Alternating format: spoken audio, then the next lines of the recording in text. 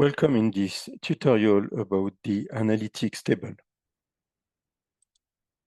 can find the analytics table in the creator by clicking on the plus button and then on the analytics table. With the analytics table, you can analyze any resource type, such as node, task, all of your resource types. Let's say, take the example of construction site. Once selected, you have a consolidated view on the analytics of the whole construction site, which you can then unfold and have all your construction site. If you further want to analyze one of them or more of them, just unfold, and here you have all resource type allocated to the airport in Geneva. If it were the university, you have 3 types. With the airport in Geneva, 4 types. If you want to further go one level down, you can unfold, for example, the person, and you have all persons allocated to that construction site. To focus on one or more construction site, just use the filter as you know it.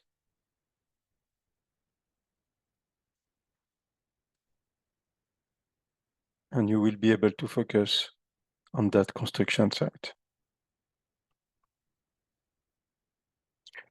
The information provided by the analytics table is the following one. On the left, as we've just seen, are all primary resources, construction site in our example. The second column, you have the number of allocations.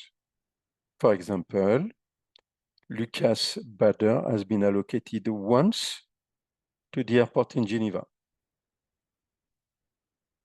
In the third column, you have the duration. Lucas Bader has been allocated 300 hours to the airport in Geneva. The electrician Christian has been allocated 3,614 hours to the airport across 2 allocations. You have, once you have, for example, here, all the allocation, then you have a first level of consolidation with for the person, the same for the task, and then again at the airport level for that construction site, and then for all construction site. The information provided at the consolidation level is decided with this here. You can either select the sum, or the sum and the percentage, or the average, or min or max. And the same on the second column.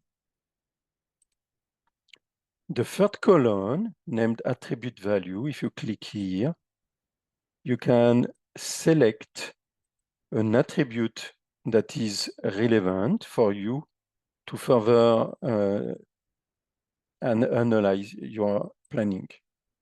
For example, here I have the cost of a person. I select cost. And what is displayed here in this column is what comes directly from the attribute cost. Let's go back to Lucas, for example.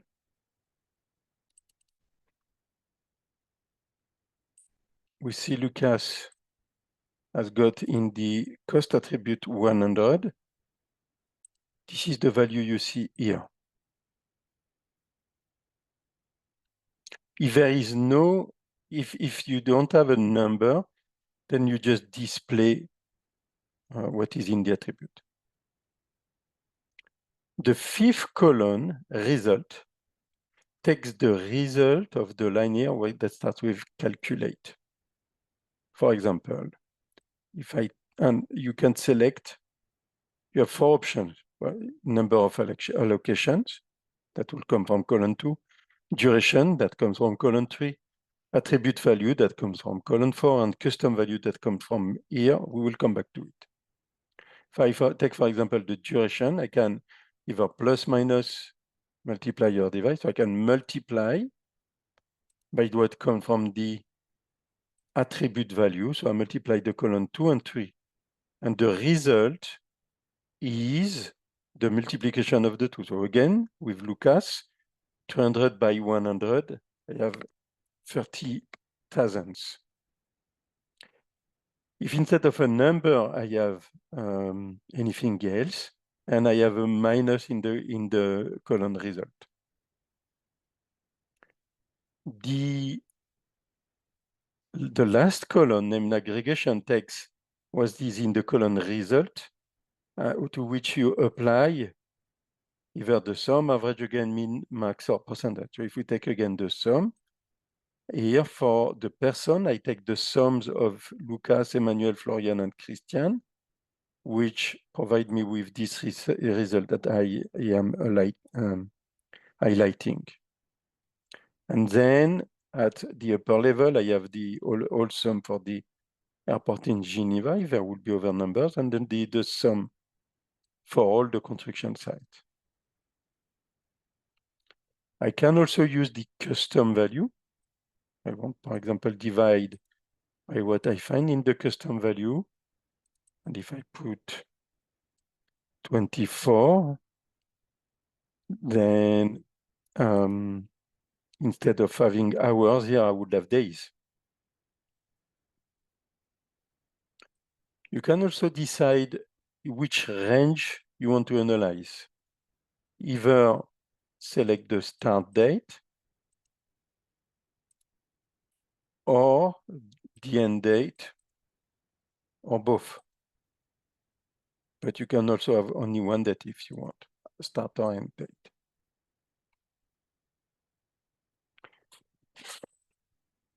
If the updatable means that you want to refresh the content of this table, it works as follows. When you open the analytics table, you get the data coming from the planning, and this stays unchanged.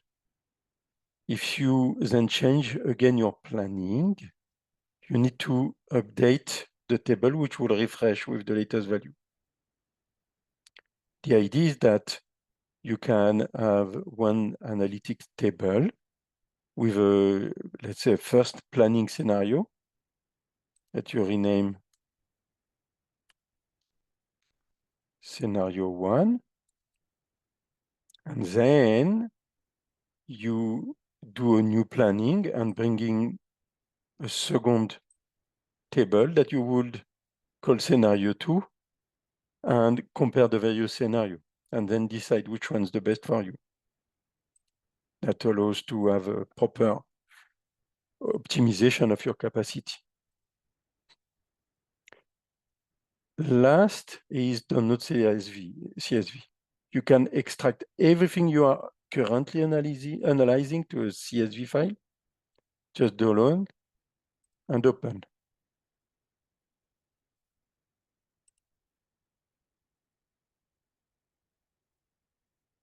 It is good practice to save the CSV file in Excel format.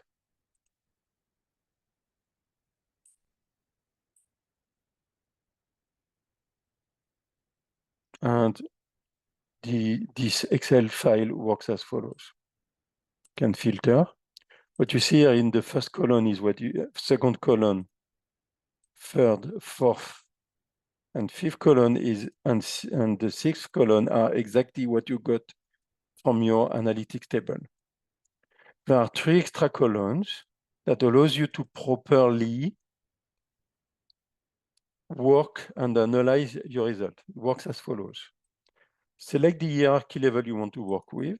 Like hierarchy level 0 is just the top line, all construction site. Let me add level 3, which gives you all resources that have been allocated to all construction sites.